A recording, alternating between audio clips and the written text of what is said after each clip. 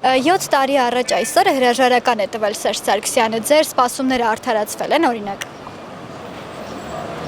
Ես 18 թվին ես ասել եմ, որ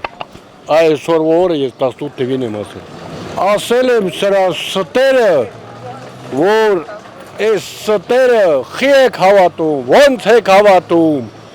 այսօր իմ ասածները կրկնվում է ու ստացվում է։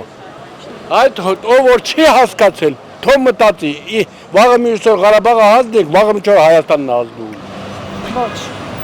Ոչ մեկի հետ հույս չեմ կապում, ես արդեն ոչ մեկի հետ։ Վարչապետը փորձում ամեն ինչ անել, սակայն խանգարողները շատ են։ Մեր գյուղի մոմենտով հա։ Որ գյուղն է։ Արշալուս։ Օրինակ ինչ է եղել։ Ինչ էլ է 25 տարի ստրուկին նման պահեր են ինձ։ Հիմա արդեն լավ է ամեն ինչ։ Մի առաջվա նման չի, բայց լավ է առաջվանված։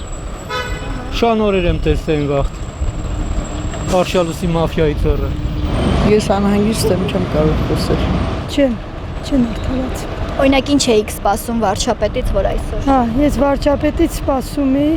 որ բազմաթիվ աշխատատեղեր բացվեն, չբացվեցին։ Ես բարձրագույն կրթություն ունեմ։ Ես ավարտել եմ պոլիտեխնիկը։ Հիմա փաստորեն առանց աշխատանքի եմ։ Միտեղ աշխատել եմ Սիթիում, էնել հա, մաքրուհի եմ աշխատել։ Փաստորեն այդ հնդիկներին բերեցին ու ես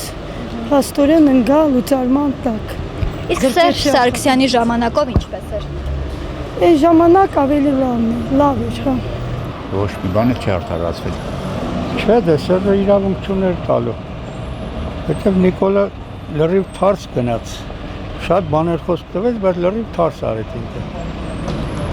Հնարավոր չի, Սերժը որ գա, էլի կարա մի քիչ օգնի, դզի։ Բայց Նիկոլը չի կարա, ոչ մի բան անի արդեն։ Ինքը արդեն ոնց որ ասած գնացած մարդ է, փախստական։ Շարյան կա, ինչքան որ կա։ Նիկոլը պետք է մնա։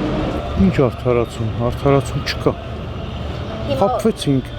ժողովրդին խաբեցին ամենալկտի ձևով։ Այդքան բան։ Էլ չի երկարացնենք, էլի։